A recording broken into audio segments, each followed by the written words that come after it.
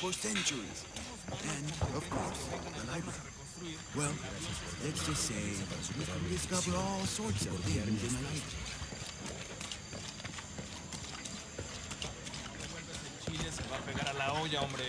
¿Quién se va a querer comer eso?